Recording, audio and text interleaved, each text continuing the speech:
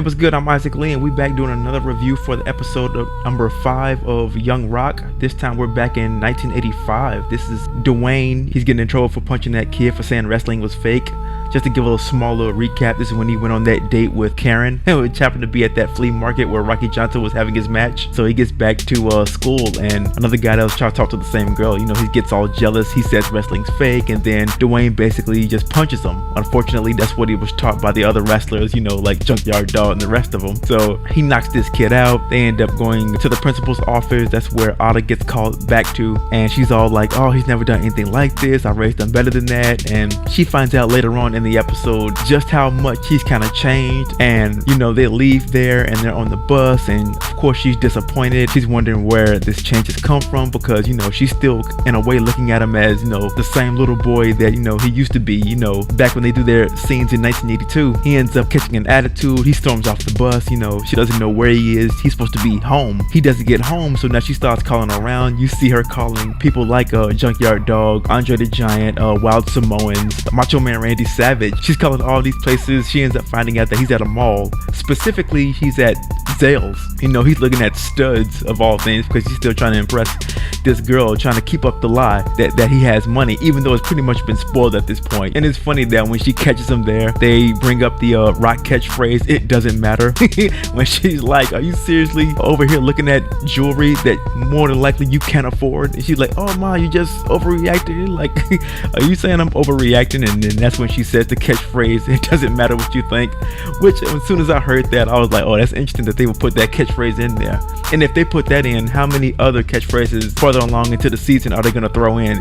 I don't think it'd be just that one. As a punishment, they have him make amends to the guy. You know, you see them meet up with the parents of the kid that he punched. He comes from some Catholic family where the preacher it turns out to be kind of racist, and thinking that, you know, Otta was a single parent. And it's just funny how she just lets him linger. Like, yeah, why would you think that? He's just like stalling. She also has him doing chores, because at this point in time, 1985, Otta, she has her cleaning business. So with one of the people that she cleans the house of, you know, she had him doing little cleaning things like that. And this person, this white lady, she's rich, and she had these little fancy little purses that are in this glass case. And as soon as I saw that, I'm thinking, this little kleptomaniac is gonna take that. I'm just sure, because he's just looking for something fancy that he can show this girl. He's gonna end up taking it. And sure enough, later on, when they're at the house, when Otta's cleaning his room, she looks underneath the bed and she sees all these clothes with these security tags. And me working in retail, I know these security tags. I've put them on there plenty of times. I know all about those security tags and how they got the whole ink when you try to like take them off and stuff like that. Yeah, I've put those tags on. I'm familiar with them. So she sees that. She also sees a little fancy purse, kind of like a jewel encrusted, you know, purse. Just crazy how, you know, she finds out just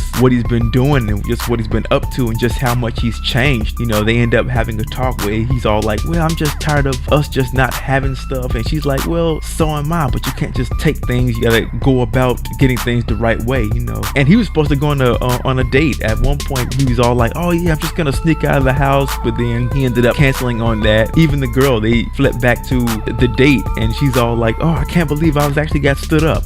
And for whatever reason, I feel like in the next episode, if they go back to 1985, for whatever reason, I feel like she's gonna be kind of like turned on by that. For whatever reason, I just feel like the fact that no one's ever stood her up before is gonna have a different effect. She's not gonna just move on to the next guy. Something about that is gonna draw her to Dwayne. It's not gonna be all this material stuff. It's gonna be definitely gonna be an attitude switch. I could be wrong, but I just feel like it's gonna be some type of attitude switch there. But then again, just like I always say, those are my thoughts. What are yours? And if you like what I had to offer, hit that like and subscribe at the bottom.